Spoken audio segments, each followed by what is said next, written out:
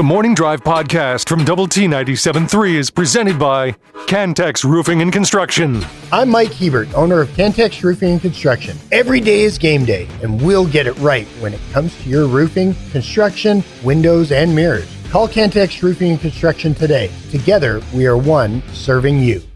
Man, a week ago, Jamie and I were talking about how hot the Astros were, coming off of a 3-game sweep over the Los Angeles Dodgers, and they've cooled off a little bit. With getting swept by Cleveland and then losing 2 of 3 to the Rangers. Almost got swept by the Rangers. And almost got swept. The Rangers could hold a 1-run lead in the 11th. They sweep them.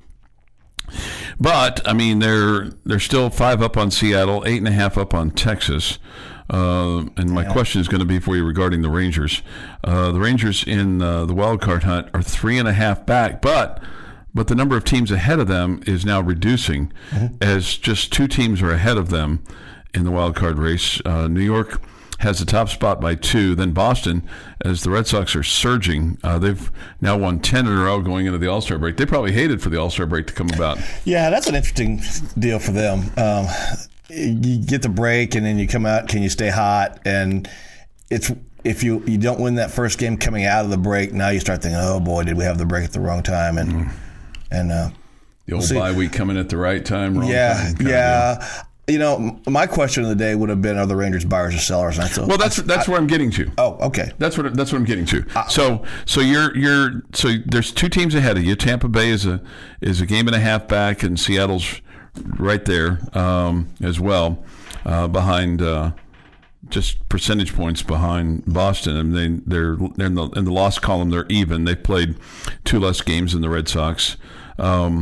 So explore that. Tell me, are the Rangers buyers or sellers? You're still buyers if you're Rangers. I mean, until you're out and by out of the wild card race, I'd say you're 10 games back in the wild card race. If when you're at that point, then you're a seller. So what do you want? What do you need? You need bullpen help right now. You probably could use a bat.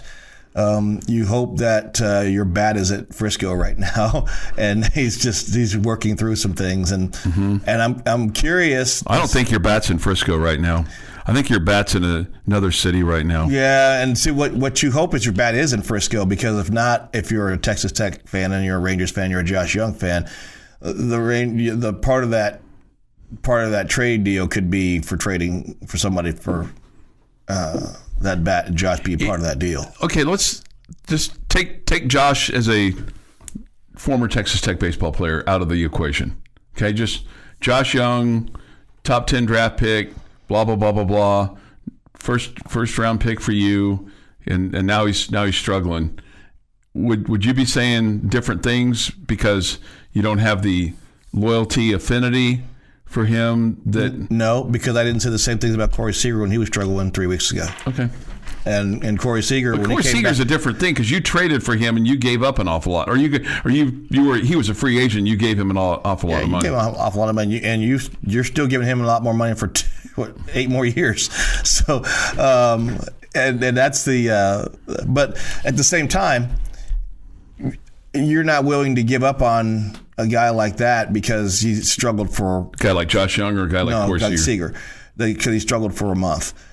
Now Josh is a guy who's a little younger, and there's only his 3rd year in the bigs, and he's got some issues that his issue is a high fastball right now, and it's almost like he can't hit it, can't lay off it, and he's having to work through not swinging through that pitch. And for something that one of the things that Josh has always had is tremendous bat speed. It seems like his bat speed is just off a tick right now, and it's off. Is that the injuries piling up? I don't know. I don't know the answer to that, but if you look at his swing right now, he just seems to not be connecting with pitches that he used to get around on, and that's just, and it's not like he's, oh my God, he's lost it. No, it's, Major League Baseball, these guys are tenths of seconds and tenths of inches, and I mean, yeah, it's a very thin margin,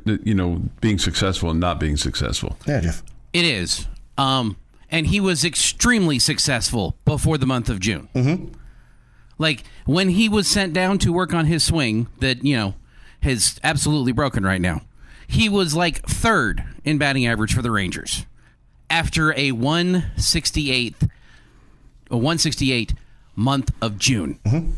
That's how good he was hitting before June started. Exactly. His swing is broken. It's not an injury thing. And Here's stop the injury conversation with Josh this season because the month of June hit and he forgot how to hit. This is a mental thing. Well, here's what I wonder. Since Boone has showed up, most everybody on the team has started to pull themselves out of that deal. Josh is the one guy that's gone the other way.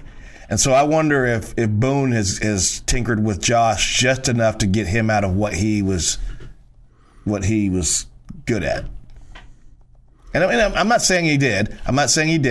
But I mean, does he have an individual guru like Corey Seager does? I don't know if Josh does. Josh doesn't seem to be that type of guy that would go get his own dude. Mm-hmm. Josh is more along the lines of he's going to listen to what the team says, and sometimes the best thing a hitting coach can do for a player is nothing. But a lot of these guys want to come in and they want to show what they have and say, so they, no matter who you are, I've got something for you. Well, I can make you better. Anytime you have a new boss, they have a new way of telling you how to do things. Absolutely. And, I've just thought that since Boone arrived, Josh is the one guy that's gone the opposite direction. Okay. I don't know if that's fact. I mean, but it seems to me, in my perception, and sometimes perception's reality. So how long does he stay down there? Until he figures it out. Yeah. And and here's the thing. I'm going to sure they're the Rangers are about to make some moves coming out of the All-Star break because John Gray's about to be back, and I think. If you listen to the broadcast yesterday, you think that there's a good chance that they might stick him in the bullpen because the bullpen needs help. That's almost like making a trade right there. Mm-hmm. And John Gray may not like that, but the rotation itself is in good shape. You don't need to mess with the rotation that much. But the bullpen needs some help, and they need to stretch that bullpen out. Well, and I would say this too: the Rangers are going to be buyers as long as Bruce Bochy is the manager, because they're not going to give up on a season, because at some point in time, Bochy's shelf life has got to be this year or maybe next. Well, and also think about this: in 23, we talk about we act like they dominated that year. The Rangers are sitting right about the same record at the All-Star break in 23. This is the Morning Drive podcast from Double T 97.3, presented by Cantex Roofing and Construction. Drive today is Monday, July the 14th, 2025. And here with a special This Day in Sports History is the one, the only, Chris Snead. Thank you, Chuck. Thank you, Jeff. Thank you to the Academy. Today is... Mayans are still wrong? Getting to that, Chuck. Today is July 14th in the year of our Lord, 2025. That's right, Chuck. Mayans were wrong. We're all going to make it. Although some days I wonder. All right, on this day, Chuck, 1934, the New York Times, erroneous, Chuck. Mm-hmm. They erroneously declare Babe Ruth's 700 home run record to stand for all time. It's funny. I was thinking when we were talking about Barry Bonds and Hank Aaron and Babe Ruth, I think if you stopped 1,000 cars at 6th and Avenue Q and said, how many home runs did Babe Ruth hit? I think 900 people would say 714. I think about half that number would say 755 for Hank Aaron. Mm-hmm. I think about 5% of America would be able to get Barry Bonds' number. Yeah, and I think so much was made of it, but you're exactly right. 773. Yeah, it's not as, for whatever reason, it's never been as iconic as 714. It never has, and the fact even 755 really wasn't that iconic. Those numbers, we used to all be able to rattle those numbers off. We can't do those numbers. We can't rattle them off anymore. Mm-hmm. 1967, Chuck, Houston Astro Eddie Matthews hits his 500th home run off on San Francisco Giant Juan Marichal. 1968, it's a home run thing today. Atlanta Brave Hank Aaron hits his 500th home run off San Francisco Giant Mike McCormick. 1978, Okay. In 1987, Chuck, the Rookie of the Year award in Major League Baseball is renamed to honor Jackie Robinson. Yep. That's right. 2010, Chuck. Are you fine with him being the only number that's retired amongst all Major League Baseball teams, or is there another number you would like to see retired? Is there anybody else deserving of that? I don't. This may not be a popular opinion. I don't necessarily think it needed to be retired by all teams. Yeah, Jackie Robinson's. Yeah. I mean, I don't disagree with you on that. I mean, it's a symbolic gesture. I think it's a nice deal. Mm-hmm. I like the we all wear 42 one day, but then why can't we all wear 3 one day? Or look at Roberto Clemente, 21. Yeah, 21. I could get down with that. Mm-hmm. I don't having it retired by all the teams. Yeah, it's okay. 2010, Chuck, playing against one of his former teams, Red Raider Josh Bard, the Bard of the Yard, who is now in Seattle, goes 4 for 5 with 4 RBI and a double and a home run in a 9-3 win over his former Cleveland Indians team in Cleveland. I still think it's, I don't know, I guess it's only fascinating to me, but his brother was in college when I was in college. Mike Bard. Yeah. Mike Bard and I didn't get along. Okay. No. Okay. So Josh Bard is a great human being. Should I be shocked by that? Or? No, but Mike Bard? Not so much? I would say he's not. He and I just didn't get along. Okay. Would you consider yourself a 70-30 guy? 70% great, 30 not so much? Me being a 70-30 guy? Yeah. Sure, I guess. Yeah. I mean, we're all in that category, right? Chuck, it's National Macaroni and Cheese Day. I'm out. You're out? I'm out. The Kraft macaroni and cheese? Mac and cheese? I couldn't even tell you the last time I had macaroni. The Phenoms love macaroni and cheese. Elbow macaroni? No, I'm just out. I mean, you know what I used to like? I used to like macaroni with no cheese and applesauce on top. Interesting. But it's been decades since I had that. And that doesn't mean that I want that for dinner tonight. Okay. No. Oh. Okay. I'm guessing you're highly monitored right now. I don't know. Okay. Could be.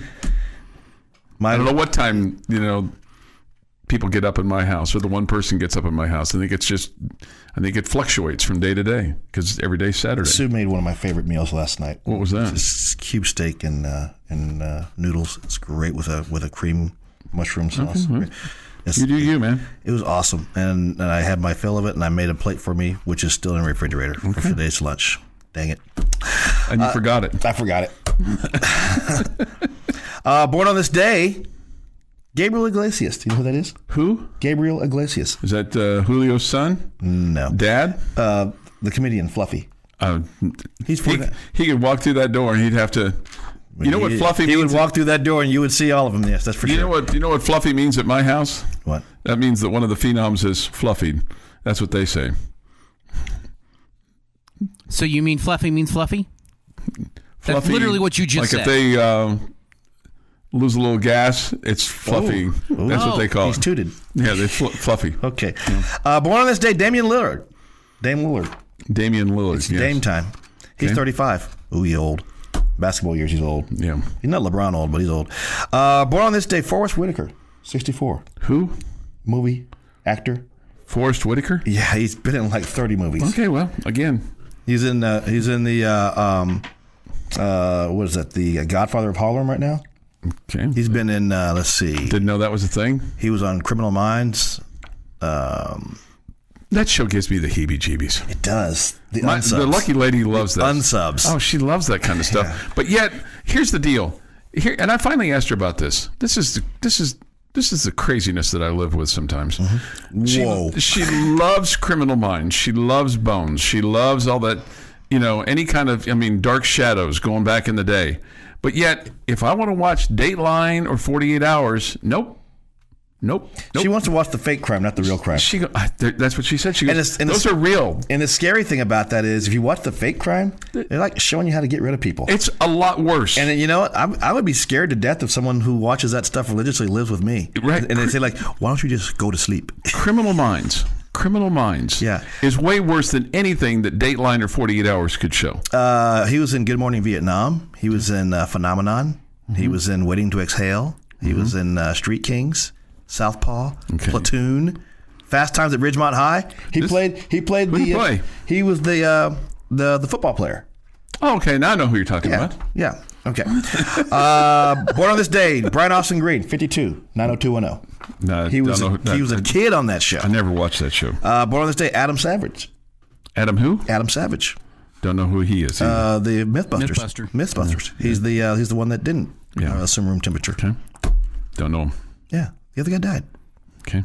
Didn't the other guy die? Jamie? Didn't Jamie die? No, it was one of the other guys. Yeah, one of the crew died. Yeah. I mean, one of the other guys did. Yes. All right. Grant Imahara. Yeah. Yes. Dead on this day, still dead. In 1882, Johnny Ringo. Johnny Ringo, Billy the Kid. Yeah. No. Tombstone.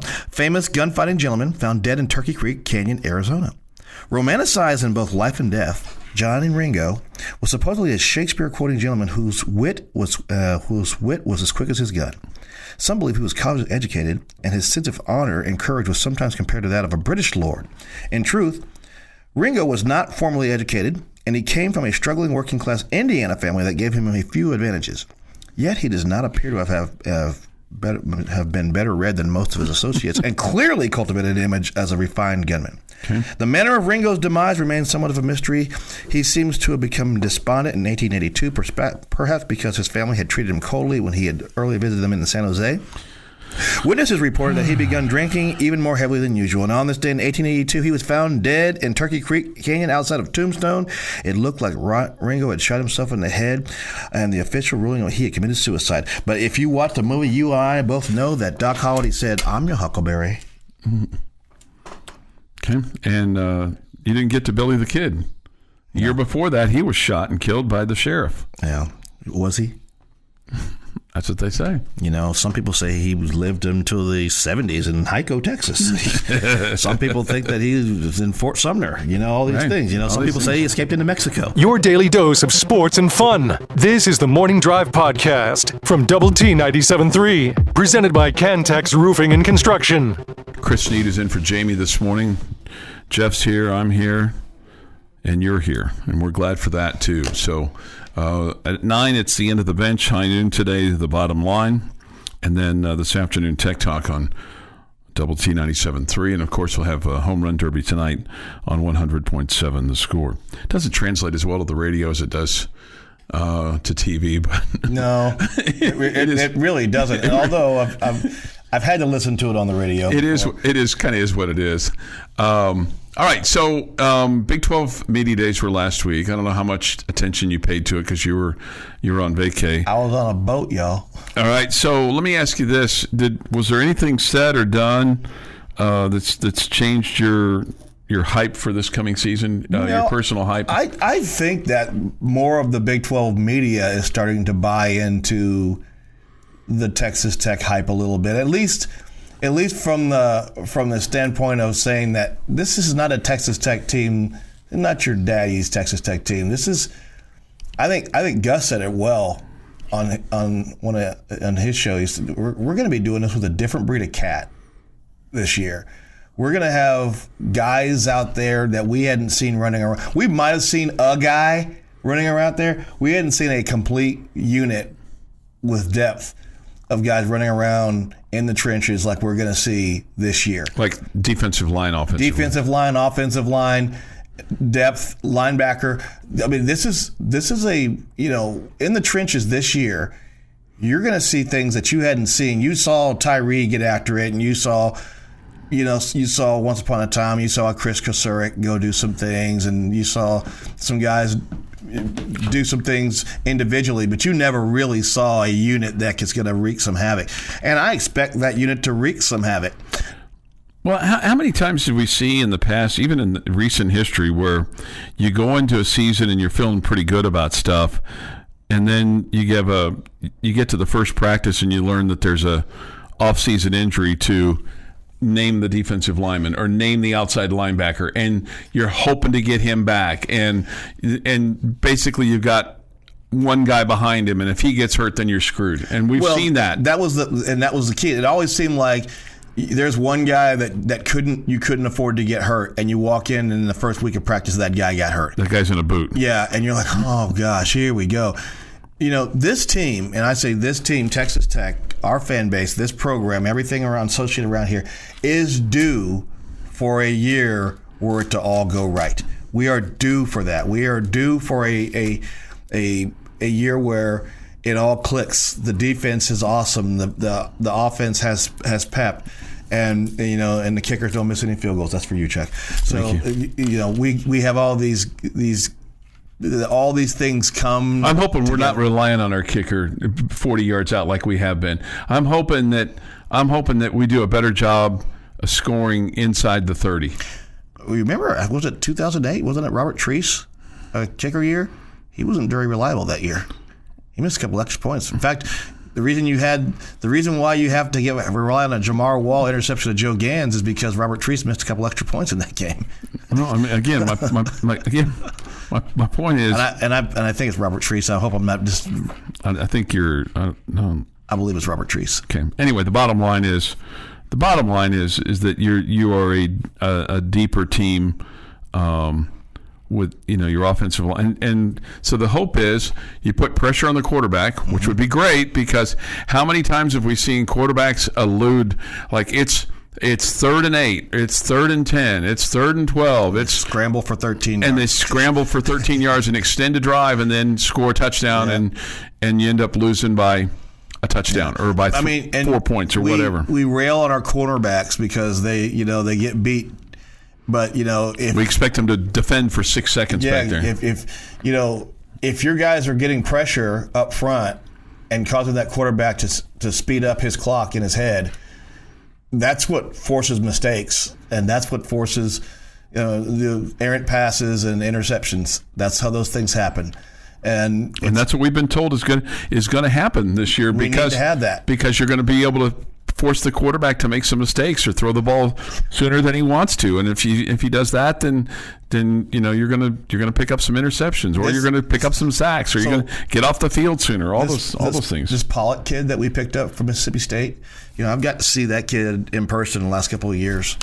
On a bad Mississippi State team, this is a guy that shone out, and I'm excited to see what he's going to do in this defense, because he was a star on that defense, which didn't have many stars.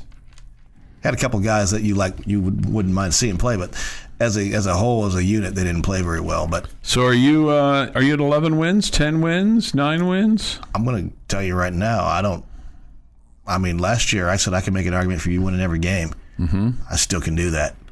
Okay. Which game are you most concerned about? I have some concern about the BYU game. I have some concern about the Utah game.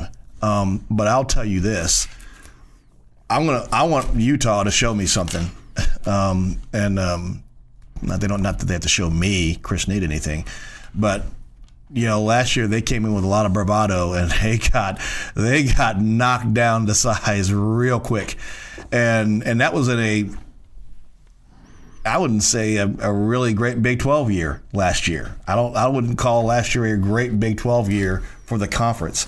Your last place predicted team wins the conference and goes to the college football playoff. Exactly. So either you really missed on that, or your league wasn't very good, and you had a team that was able to cobble it all together, because they weren't even ranked when we beat them. I think there's a combination of things, and one, I think there's a lot of lazy journalism that happened this time of year last year, and drunken sports writers, once again, you get them together. There you go.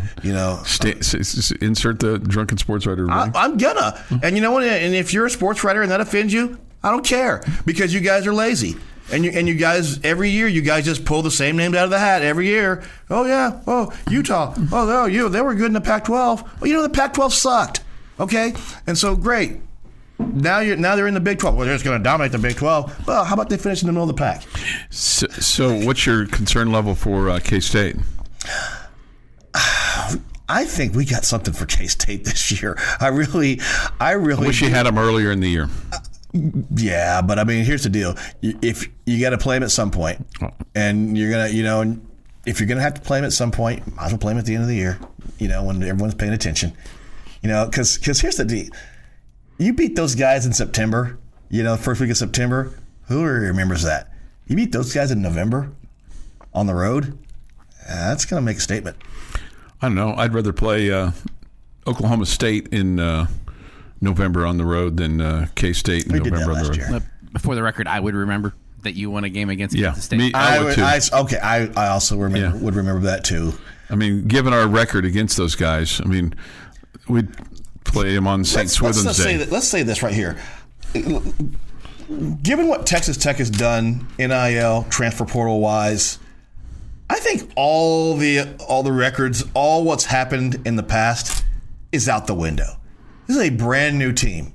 Okay, this is it's a different era, and I'm going to go back to Gus's deal. We're going to have a whole different breed of cat out there on the field this year. And I agree with you for every game of the year, but Kansas State. Okay. Hey, and by the way, St. Swithin's Day is tomorrow. Do you know what St. Swithin's Day is? You mention this to me all the time, and all this time I still don't know what it is. If it rains on July 15th, the belief is that it will rain for the following 40 days. And if it's fair, then 40 days of fair weather are expected. Okay. Tomorrow is St. Swithin's Day. It's supposed to rain. Okay, there you go. There you go. St. Swithin's Day. What does that have to do with Kansas State and football at Texas Tech? Nothing. Nothing. And I'm the tangent guy? Nothing. Has nothing to do with it. I mean, just because you're sitting next to another tangent guy doesn't mean you're not also a tangent guy. Yeah. I'm not. I didn't go St. Swithin's Day on you. Just because you're sitting next to a tangent guy doesn't mean you're not also. No, but I mean, I asked you how you were doing. You gave us a half an hour scenario of your of everything that took place. This is the Morning Drive Podcast from Double T 97.3, presented by Cantex Roofing and Construction. Jamie's question of the day on Double T 97.3, presented today by someone not named Jamie, is brought to you by Connecticut of West Texas. All right, guys, talking Major League Baseball and the Home Run Derby. Specifically, how knowing that you cannot make someone participate. If Chris Snead doesn't want to participate in the Home Run Derby, Chris Snead will not participate in the Home Run Derby. Mm-hmm. So we can't make the stars play. We talked earlier on how that it is not as big as it used to be. Doesn't feel that way. How would you fix it? Doesn't do any good to complain about a problem without coming up with a solution. How would you fix it? The Home Run Derby? Correct, sir. Well, I guess to me, first of all, I would like it to be American League, National League, and you'd have the American League going up against the National League. And so you'd have a finalist from the American League and a finalist for the National League, and then the two would square off to determine the Home Run Derby champion. So however you do it in the first round, it eliminates, just American League guy or National League guy, so that you come down to it and go, you can have this guy against this guy, as opposed to two National Leaguers or two American Leaguers. You want to get the best players, the best home run hitters in the contest? Is that what you're doing? No. You are just trying to make the contest better. You can't force somebody to play if they don't want to. Okay. But how do you make, with what you have currently for people willing to do it, how do you make it better? 5 swings per player, $10 million bonus to the winner. Woo! Because all of a sudden, guys that didn't want to do that would want to do it. And then when you get to the second round or whatever, then it's just a home run off, swing off, And can you imagine every swing being for $10 million? $10 million to the winner. Second place. Sounds nice. Yeah, I like that. I think that would work for a short period of time. I think that works forever. I think that works for a short period of time. Do you need 10? I mean, you want guys to get serious about doing it? A $10 million bonus in the middle of the season for swinging their bat? What about 5? Doesn't 5 have the same? Doesn't 5 have the same? To a guy that signs a $20 million signing bonus? Not really. I was just thinking about. I just had a flashback to. It's monopoly money to these guys, but if you want to get guys interested, I think the guys that are participating are interested. I think they are because they want that title. I don't think and I'm not dogging the guys that are playing. No, I'm not either. But wouldn't you like to see Aaron Judge in this thing? Sure. I'd like to see Jose Canseco in this thing. Well, not anymore. Why not? You're going to tell me people would want to see if he could hit one out? Wow. That's not how I would fix it. How I would fix it. I think the only people that want to see anything from the Cansecos is his daughter. Well, maybe. But again, she could be a bad girl. For all that matter. Okay. Sure. Right? I guess. I mean, that's the only Canseco that you really want to see right now. I couldn't tell you what she looked like. Well, I'm assuming we're not mad at her. I don't think so. How would you fix it, Jeff? Each round, you've got to hit a number. In the first round, it's an easy number to hit. You get 10 balls, not swings, balls, to hit 3 home runs. If you hit the third home run on the third ball, sit down, relax, kick your feet up, drink a cold one, or Gatorade, whatever you may need at that point. If it takes you all 10 to hit 3, then it takes you all 10 to hit 3, but you get to move on. In round 2, that number goes up to 5. In round 3, and then forward, it goes up 1 number each round. So you've got to hit 6, 7, 8, 9, etc. If at any point somebody hits the magic number and nobody else does, they are your winner. This guarantees whoever wins the home run derby has hit the most home runs for the entire event. If you get to the point where you've got a tie, so only 2 people have hit the magic number in a specific round, those 2 guys go up, 10 balls, he who hits the most home runs wins, and you extend it by 1 ball each time if it is a tie after 10 balls. Seems confusing. Well, and here's the rub on that. TV wants this thing over in an hour. Okay? I think they've allotted 2.5. Yeah, I know. They want it over in an hour. They put it on, but here's the other part. The stadium and the home stadium wants that thing to go 3 or 4 hours. No, not that long. They want to sell concessions. They're going to sell concessions. They get a second day of selling concessions. TV wants this thing over in an hour.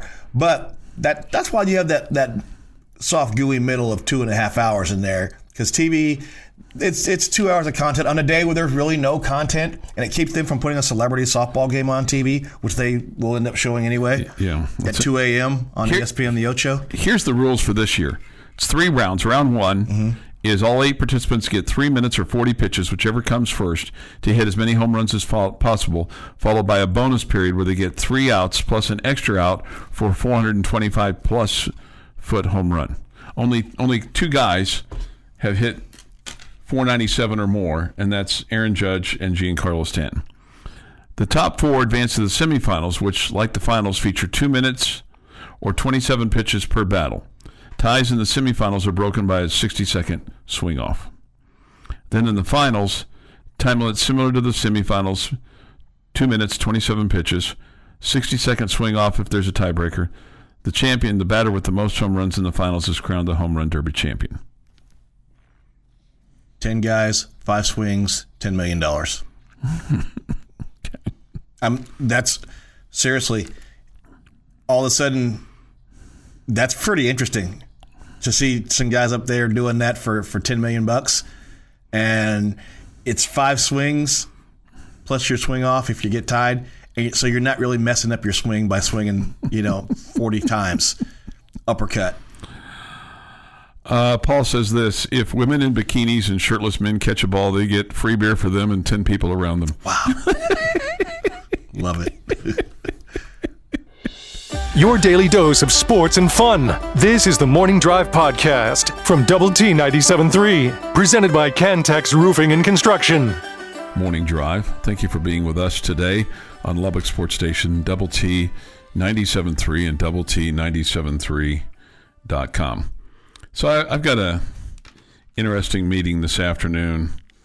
I kind of feel like that anybody who's spent maybe more than 5 minutes with me at any point in time in my life could probably do this assessment as well as the person that allegedly is going to do it for me today. So by behest of the powers that be here at the compound, I took a personality test. True colors? No, it's not True Color. I don't know what it was.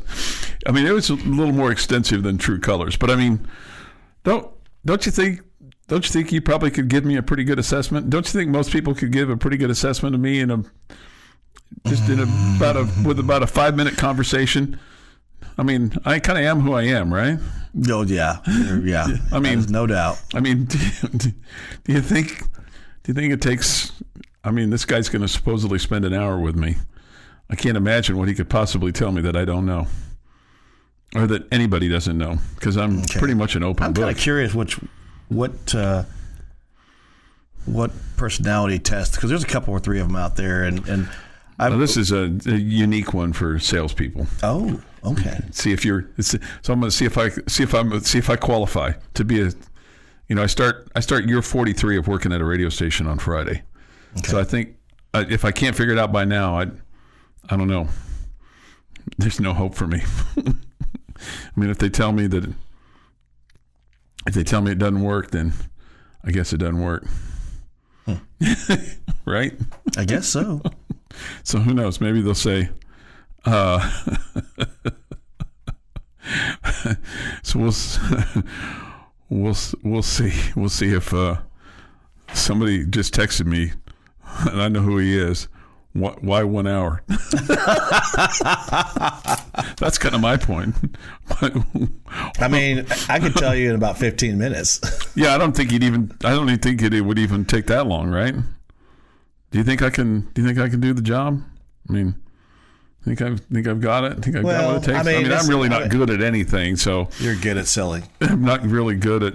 You're outstanding at selling, Chuck Heinz. I'm not really good at anything, but I can shake hands and kiss babies. That's about all I can. You're a tremendous salesman.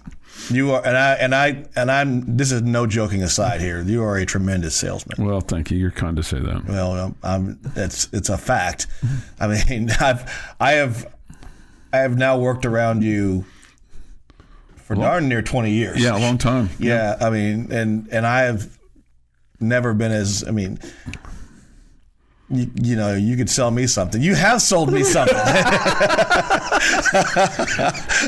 at any rate, I'll let you know how it goes tomorrow. See if I'm back. Then maybe I'm going to be gone later this week. So maybe when I come back, will my door work? Will your key card? That's the. You know what? Everything might be packed up for me. We're all penciled in. That's right. We're all just. And if there's nothing else in life, know this.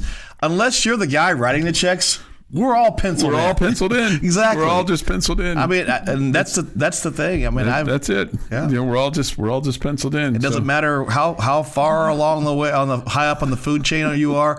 You might be the spouse of the person. You're also penciled in. Because you know what? They might trade you in for a younger model. They might. Some pencils are a little darker than others, but yes, it's still penciled in. I mean, I think the wife is dark penciled. Maybe even ink, but you know what? They make erasable ink. So let's just remember that. Yeah, yeah, you may think and every once in a while, you might be written in ink. They just get a whole new sheet of paper. Paul says Chuck will teach that shrink ABC. Absolutely. Yeah. I think by the end of that deal, you're going to have it sold on a package. You're going to have that shrink on the air. Oh, goodness. Man, it'll be interesting. You'll be fine, Chuck. All right, so The part that's really going to be funny is tomorrow morning, Chuck is going to come in and be like, so yesterday I made fun of this meeting. And now, let me just, they told me some things about myself I didn't know.